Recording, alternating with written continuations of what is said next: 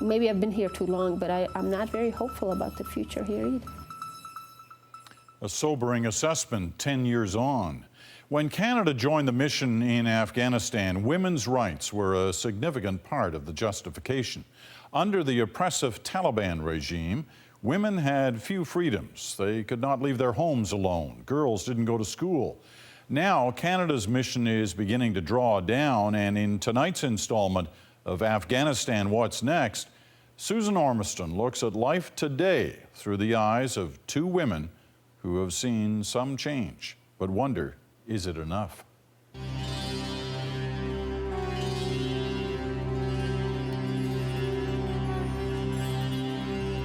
Women here tell a different kind of war story. A war against abuse and abandonment. This is the story of two women, both named Parween, each fighting their own war and winning modest gains. But will they last? This is the land right here. Can you show me inside? It doesn't look like much. Half a house on a hill outside Kabul. Did you build this? But Parween Gul and her kids built this by hand. This is her land, but she had to fight for it when the village commander and his thugs tried to take it for themselves. It was just me, my son, and my daughter. I saw those boys had knives, and they had some other weapons with them. What I did, I picked up the shovel and I started fighting them. What did the men do when you started to fight back? They were beating my son, they were beating my daughter, and they were beating me too. After they beat you, why didn't you give up? I became angry too, and then I caught one of them and I beat him, and I tore his clothes from the top to the bottom. He had weapons, but I wasn't scared. No, I wasn't scared. Fighting back would have been unthinkable a few years ago. Parween's poor. Her husband deserted her and her 7 children. She lives in a relative's house, but once a week, women in this village have been going to a shura, a women's gathering, to learn about their rights. Salam alaikum. A program sponsored by Jennifer Rowell's team at Care Canada. Oh, it's warm.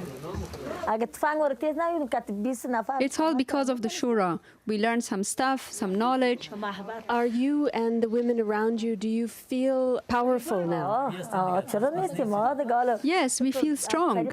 And now I don't have any fear of any commander. Even I don't have any fear of Karzai.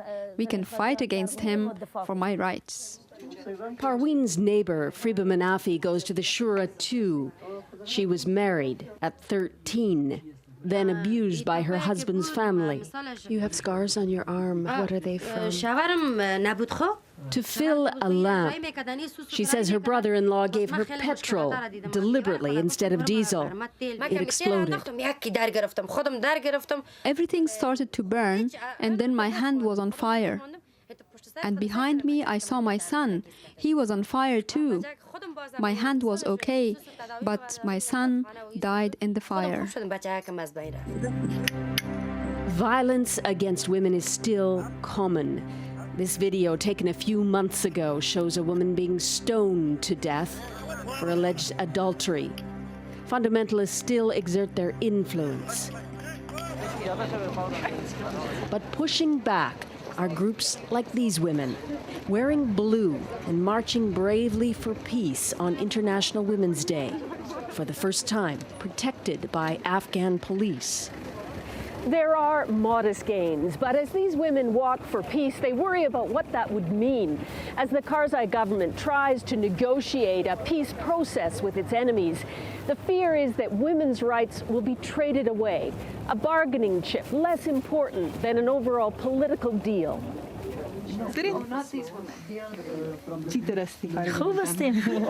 Jennifer Rowell believes that still women are too dispensable. I'm worried about the fast retreat of the international community here. I fear that the gains that have been made over the last 10 years will be lost if the retreat is too fast. If women's rights get played away at the negotiating table with the insurgents, which is very, very possible. And a lot of the women around us would agree that that is a fear that they have. We could be seeing a return to some pretty troubling times, some pretty terrifying times.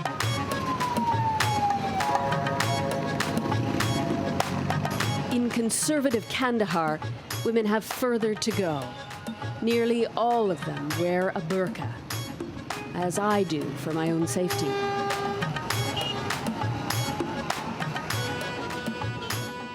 This is the home of another Parween, a woman I first met back in 2009.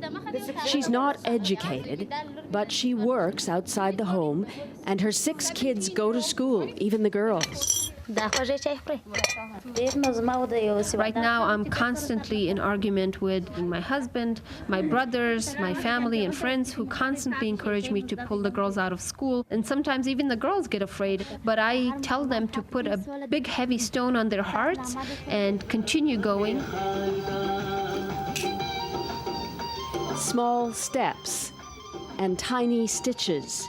Parween works at a co-op for women called Kandahar Treasure. They embroider textiles and embrace the counseling they get in a sewing circle. I can say that, yes, my husband has changed. I'm able to come out and meet with men or go and travel, and he's okay with that. So that is change that I've seen in my life, and hopefully other men will change too. But men have to change. They cannot be stuck in their backward thinking all their life. Parween's mentor is Rangina Hamidi. She's an Afghan American who returned to Kandahar to create opportunities for women. That was 8 years ago. The ongoing war and violence has tempered her optimism. I haven't seen improvement. I'm not, maybe I've been here too long, but I'm not very hopeful about the future here either. Rangina is a mother now with less tolerance for the risks of living in Kandahar. I want to leave, I have to leave. My mind says to leave because that seems to be the right thing to do, but my heart is still here, I'm still Afghan. Progress can't come without peace, and women here are praying for both. Parween's daughter wrote this peace poem in school. Peace is good, peace is development, peace is education. We want to live in peace.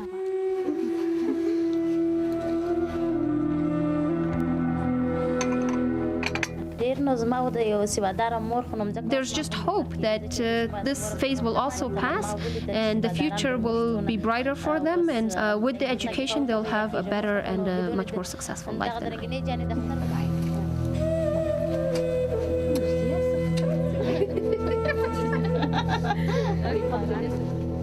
Susan Ormiston, CBC News, Kandahar. So the hope is real, but so too is the fear and the harsh reality of a woman's life in vast areas of the country under the influence of the Taliban. Now, there have been improvements over the past decade. Afghanistan's Minister for Women's Affairs says 57% of girls now go to school. 24% of health workers are women, and 10% of the judiciary is female. But activists point out those numbers are skewed to the cities, and healthcare and social freedoms remain unavailable to women in poverty-stricken rural areas, exactly where the Taliban is still strong.